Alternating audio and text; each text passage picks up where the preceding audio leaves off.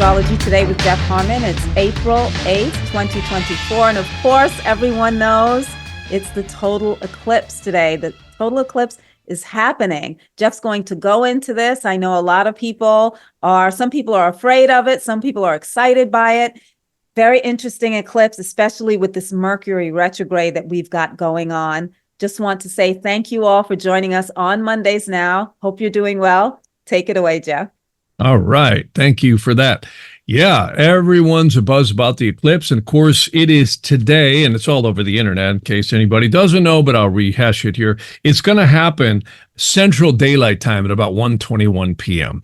And of course, if you're on the Pacific Coast, it's going to happen right at about 11:21 a.m. and the East Coast time is 2:21. So it's going to last quite a while. And I guess all those details, they're all over the place. The news has been reporting it. But, where we want to focus on, what does it mean? There's all kinds of people freaking out about this eclipse. It's the end of the world, right? Every eclipse is always the end of the world. And this one is very, very powerful. It's actually referred to as Saral Cycles 8 North. And there's actually a lot of very powerful energy about this, where there's kind of revealing and exposure to things and intuition and insight. And the reason why, as I explain, eclipses start at the North and South Pole. This one began in 501 AD. It actually ends in 2700. So long time. And these aren't just random happenstances. They actually are codified by where they began and end and the energies that happened on them. It's kind of like a birth chart almost of the eclipse. In fact, I would say it is a birth chart of the eclipse. So eclipses are very mysterious. And mathematically, there is some very interesting math that goes on from the 2017 eclipse to 2020 eclipse and this eclipse of 2024. And I also might add, I've been doing some research. There is a lot of tying in to 2027 as well. I think the next time we're going to see major events in the global center is just a few years from now, 2027 and 2028. That actually is the next Saturn-Pluto square, which, by the way, the last one brought us the crash of 2008 when the housing market crashed and all these banks went insolvent. And we're going to see a series of things going on this year as well as into the next few years. We are clearly in a slow walk to change the world as we know it. And the finances are probably the biggest thing to watch. That and the weather. We have a really powerful set of circumstances around this eclipse that I think makes it so much more intense. Why? Number one, and when we come in, see, Mercury was besieged, basically an imprisonment of a planetary energy, because the nodes sent their sign or their energies or their rays on either side of where Mercury went retrograde. And Mercury is retrograde right now. Mercury actually goes into combustion on the sun, which means conjunction of the sun on the 11th, which is just 3 short days from now. But in between that, we've got Mars and Saturn conjuncting. Now, you might say, well, what does that mean? Mars and Saturn is always an energy of war. And it truly, truly is. And that actually happens on the 10th. And it's about 1:30 p.m. Pacific Daylight Time. Again, if you're Central or Eastern or another place in the world, extrapolate accordingly. But Mars and Saturn always brings up trouble. And what happens is the astrology always kind of acts like planting seeds.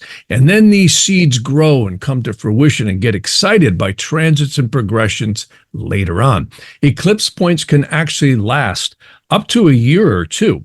In fact, they actually say the exact duration of the eclipse, where it's right through the eye of the sun, is exactly how many years. If it's an hour, it's a year, you see. And there's a lot of different opinions about that. Some people say, well, if it's in a fixed sign, it's going to be longer. If it's in a mutable sign, it's shorter. If it's in a cardinal sign, it's much shorter. So, and this one is happening in the sidereal mutable sign of Pisces. And it's actually a pretty good nakshatra. Nakshatras, again, are the lunar mansions that surround the Earth in between the moon.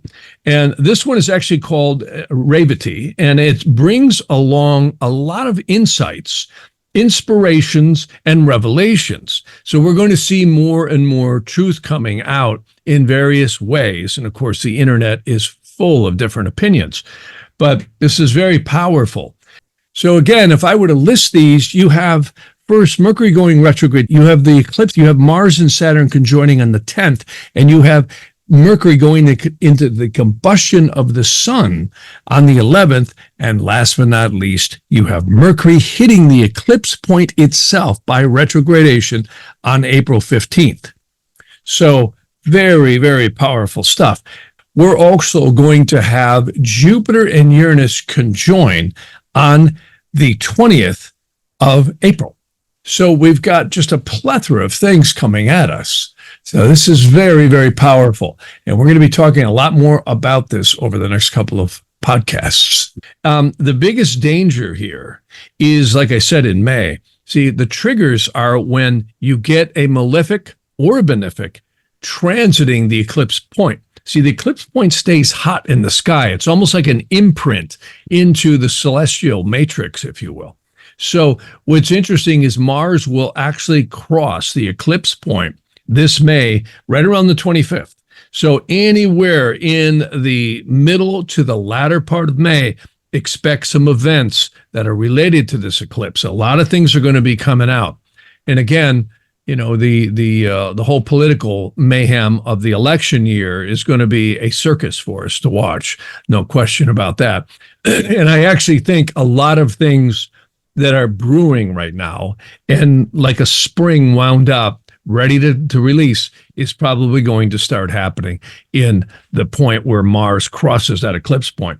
And it's interesting, the Mercury retrograde that we're experiencing right now will go into the Oriental phase right after the 11th, but it stations and goes direct right on the moon's north node, which is also known in Vedic astrology or Nadi astrology as Rahu. See, the nodes are very mysterious. There's an ancient legend that is called, this is where the tale of the legend of the dragon comes from. You see, and there's an ancient legend that when the planets were getting imbued with their angelic immortal cells, you could say, or energies, a demon snuck in and it was recognized and cut in half. The head became Rahu, or the moon's north node, which is the north eclipse point, and the tail became Ketu. Well, this eclipse is happening right through the north node. Very, very powerful. And it can bring a lot of changes and revelations coming up this year. So it's not all bad. And again, Mercury stations and goes direct right on that north node eclipse point. So it's very, very powerful. I think we're also going to see, and I wanted to mention, if you look at this chart, there is a huge grouping of planets. This is called an alignment. And you can see most of the planets are all within 60 degrees approximately, except for Pluto.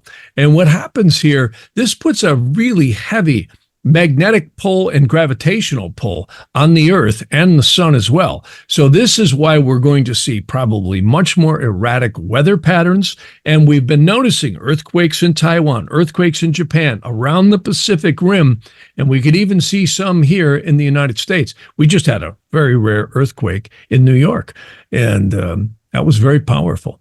And of course, it was only 4.8 in California. We don't even get out of bed for that, but you barely notice it, right? 4.8. But get out of bed for that. I like it. Yeah. Well, I'll tell you what, if you get a bigger one, you will get out of bed, whether you like it or not. It'll bounce you out of bed. But oh, you bet. Well, when I first moved out here a bunch of years ago, I think there was a 3.8, and I got out of bed for that. It was the first time I ever felt an earthquake. I got out of bed. It's like, okay. But now, yeah, you're right. Once you get used to them, what we call little ones, yeah, you kind of like, all right. Yeah. Well, they say that it's good for to get these small bursts, right? Because it almost lets air out of the balloon. That's right. It relieves the pressure, right? Mm-hmm. A lot of these, there's a lot to quakes that, it's very fascinating. They say certain quakes are actually the plates moving. They're subduction, earthquakes that where the plate itself is moving. Other earthquakes are surface tension quakes. And I don't remember the exact terminologies, but it twists the crust because of that. So it's not the deeper earthquakes, it's the more surface. Those are the more dangerous. That's actually believed to be what happened in 1994. Very dangerous because they're violent and they can show up all over the place. I remember driving.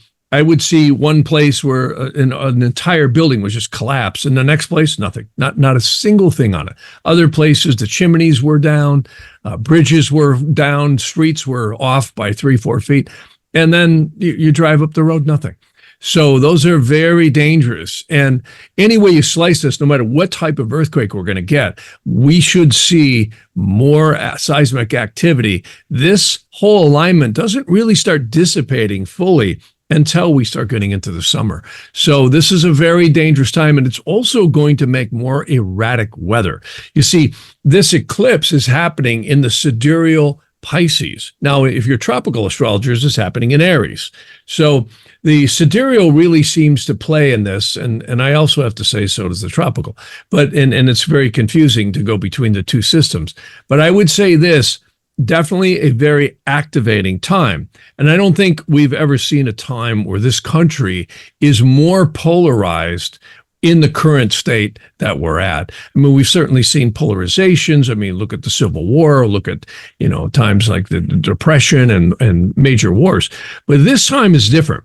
We've really got a very large, kind of divided propaganda effort on both sides of the fence that are really fueling this. And also, I always have to mention the United States is in a sidereal Pluto return. Plain English, that's what destroyed the Roman Empire and many other empires in the past. Historians have gone back and said, about every 250 years, which is the basic synodic cycle, which is a fancy word for the time it takes Pluto to go around the solar systems, between 240 and 250 years. We're in it right now. The United States is in a Pluto return. And that is literally either utter destruction or it is destruction followed by the phoenix rising out of the ashes. And I wouldn't be surprised if we see both here. And what is so sacred about this country is the Bill of Rights, the Constitution, and the whole structure of this country. And there's been many attempts to destroy it, to obfuscate it, get around it. But I have faith that this is still going to stand. And part of what this eclipse might reveal is the exposing of this stuff. So we'll see. The problem is we've got a lot of exposure. Is anybody going to do anything about it? So this election is going to be a very pivotal time on this country and its future. And I can tell you, don't worry about the world ending. I want to also mention a wonderful little movie that I watched. It's called The Wonderful Life of Henry Sugar. And I hope I pronounced that right. But it's got Ben Kingsley in it. It's also got Benedict, I forget his name, Cumberbatch or Ratch or however, yeah. And then it's got Dev Patel in there, yeah. And Ben Kingsley, Ray Fiennes, all-star cast. But what it's about, very fascinating. And it kind of relates to a lot of the things we talk about on this channel. And that is the lower conscious mind. The lower conscious mind is the interface, if you will, into our world. It's been forming since we were spanked on the rear end in the delivery room or whatever else they do to us, right? When we're born, that's when the synchronization of time and karma is believed to start in our worlds. And we're knocked out. They actually say if we weren't knocked out, we might not be able to handle all the spirits, disincarnate souls, angels, and demons, and all that stuff that are on the astral plane around us. Well, that relates to something called the third eye chakra, which is, interestingly enough, the Jupiter chakra. This is the one that we call intuition. This is actually what Dr. Emoto, I believe, was recording when he took the Petri dishes and found that prayers and meditations of positive thoughts always came out like sacred geometry, and the negativity, the worry, the fear, the anger, the discord always came out looking like gobbledygook. Well, why is this little movie fun to watch? Is because the story is that this man learned how to do meditation after his brother died, and he developed his third eye chakra, and they could tape up his eyes, totally surgically impossible to see, and he could see everything around him. And of course, he starts out using it for gambling. He becomes fabulously rich and then decides, well, that's boring. Now that I'm so rich, I don't know what to do. He was rich to begin with. Then he decides to start helping people. He starts investing into hospitals and charities and all these different things. Well, it's a fictional story purportedly on this movie, but I actually found there was a guy on a much older film where he did this actually in front of people. So what's the message here that I'm trying to drive forward? We all stay in a place of fear. Fear is ruled. In fact, look at the largest organizations in this world. They're banks, they're hospitals, they're cemeteries, they're, all the things that is the fear of losing something, right?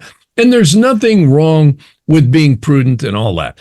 But we all are going to exit this body known as death. I call it taking the pipe, right?